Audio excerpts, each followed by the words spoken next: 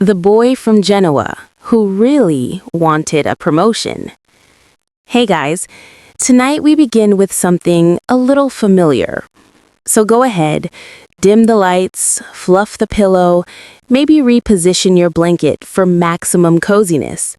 Because tonight, we're drifting back, way back, to the late 1400s, a time of wool, plagues, popes arguing with other popes, and maps that looked like a toddler drew them with a crayon gripped in the fist.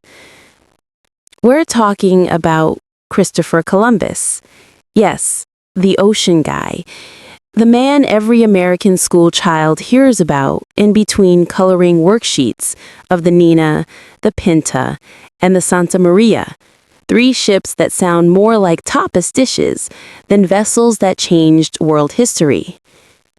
But tonight, we're not doing the whole Columbus was either a flawless hero or the final boss of villainy routine. No shouting, no internet wars. Just a calm, sleepy stroll through a life that was, well, complicated. Because Columbus wasn't exactly a hero, and he wasn't exactly a cartoon villain either. He was more like your high-effort coworker who tries really hard and still manages to cause catastrophic problems. So let's float back to Genoa, because of course that's where his story starts. And of course, Genoa at the time was basically the naval equivalent of a very competitive HOA meeting. Everyone angry, everyone ambitious, everyone trying to outvote one another. Christopher Columbus, Cristoforo Colombo, if you want that gentle Italian flavor, was born around 1451. And I say around because even he didn't keep track, which is honestly on brand for a man who misjudged the size of the planet. His father was a wool merchant who occasionally dabbled in cheesemaking. This tells you exactly the level of prestige we're dealing with. We're not talking princes or dukes. We're talking the textile aisle of medieval Costco. Young Chris helped out in the shop, learning the trade, probably developing strong opinions about good yarn versus gad yarn, knowledge that would become exactly 0% relevant to the rest of his life. But what Columbus really loved were stories of the sea, tall tales from sailors, maps with weird monsters scribbled in the margins, legends about islands that absolutely did not exist, but definitely sounded cool after a few drinks. He wanted glory. He wanted status. He wanted, well, a lot of things that Genoa was not particularly ready to give him. Genoa at the time wasn't big on social mobility. If you weren't born fancy, you weren't becoming fancy. You just sold wool and hoped your tax collector wasn't in a bad mood that week.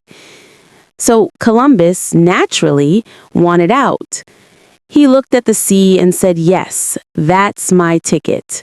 That watery death trap is where I will become someone.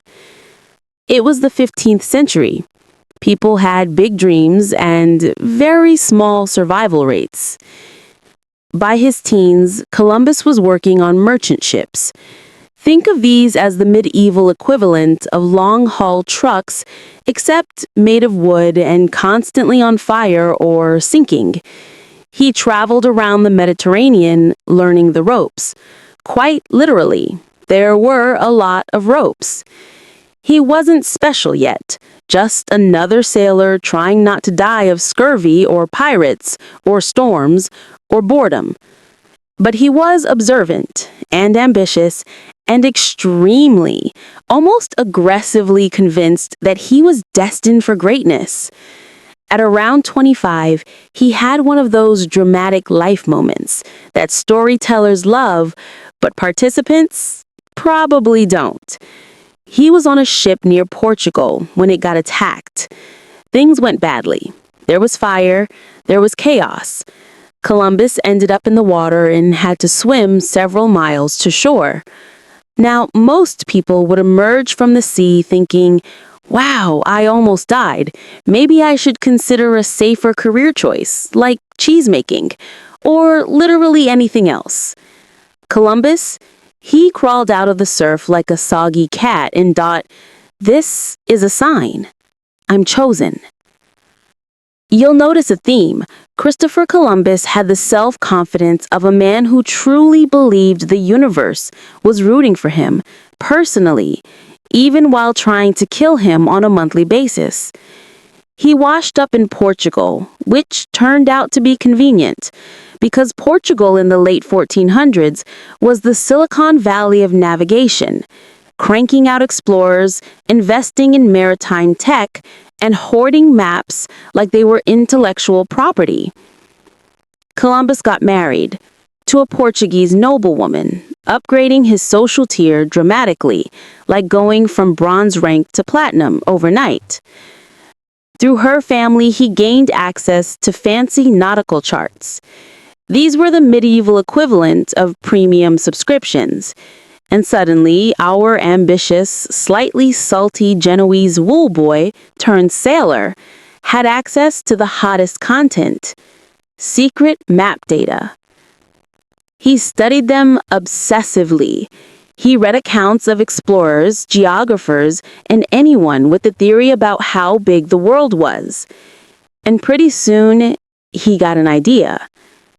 A very flawed idea, but an idea nonetheless. He believed strongly, passionately, incorrectly, that the Earth was much smaller than everyone said, and that Asia was just a quick boat ride west. And all the boring land in between didn't exist. He wasn't the first person to think the Earth was round. Let me repeat that gently, for the sake of every exhausted history teacher on the planet. Nobody important in the 1400s thought the Earth was flat. Sailors knew it was round. Scholars knew it was round. The only people who didn't know were middle-aged peasants who were, to be fair, extremely busy, not starving. The issue wasn't the shape of Earth. It was the size. Columbus thought Earth was fun-sized, like a global snack. Actual scientists, people who did math, which Columbus famously hated, said the planet was enormous. Columbus waved this off because he just felt he was right. It was the 15th century equivalent of arguing with experts, using vibes. Now, to really appreciate the drama here, imagine Columbus showing up to every royal court in Europe like a guy trying to pitch a very suspicious startup idea. Hello, Your Majesty. Invest in my plan. I promise it will pay off. Just ignore the fact that every mathematician says it will fail and I will die at sea. Most rulers understandably passed.